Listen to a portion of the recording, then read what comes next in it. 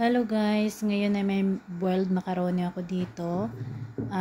Tuna, raisin, apple, carrots, pineapple, mayonnaise, and black pepper powder. Ihalo ko na lang po dito yung mga kinat ko into cubes na apple, pineapple at saka carrots. Ang macaroni ay binold ko na po yun kanina. At isunod ko rin po dito yung pasas. White pasas po ito ang nilagay ko dito. At saka maglalagay din po ko dito ng tuna. Yung tuna po ay with water, hindi po yung with oil. I-drainin ko na po yung tuna sa water. And ihalo na rin po natin siya dito.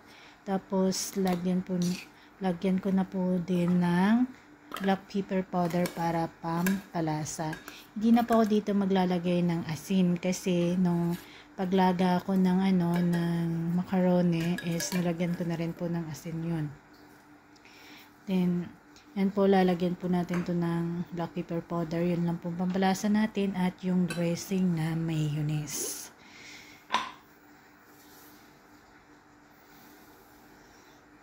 Masarap din to guys.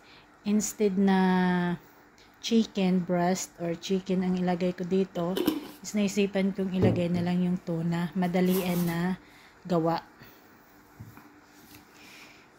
Hindi na ako magbo-boil pa ng 30 minutes or ilang minuto para sa chicken. Kasi may available naman po ako na tuna. Yan po guys, nilagyan ko na lang ng dressing na mayonnaise. Konti lang din po ilagay ko na mayonnaise. Depende po sa inyo kung gaano karami na mayonnaise ilagay nyo. Halo-halo ko na lang po to hanggang sa mag-mixed well sila ng mayonnaise, carrots, apple, pineapple, raisin, tuna, at saka ng pasta.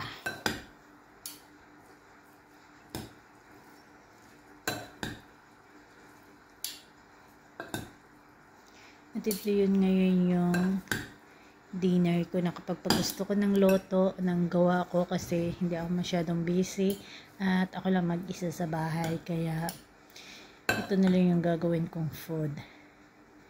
At ito na guys yung a macaroni salad with tuna.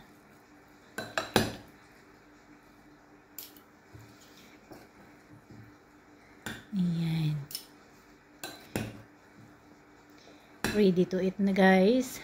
So, kukuha lang ako ng konti dito. Ilagay ko lang sa plate. And then, ang the rest, ilagay ko sa fridge para lumamig. Tara guys, kain tayo. Thank you for watching. And pag-support sa mga videos ko. Bye. God bless.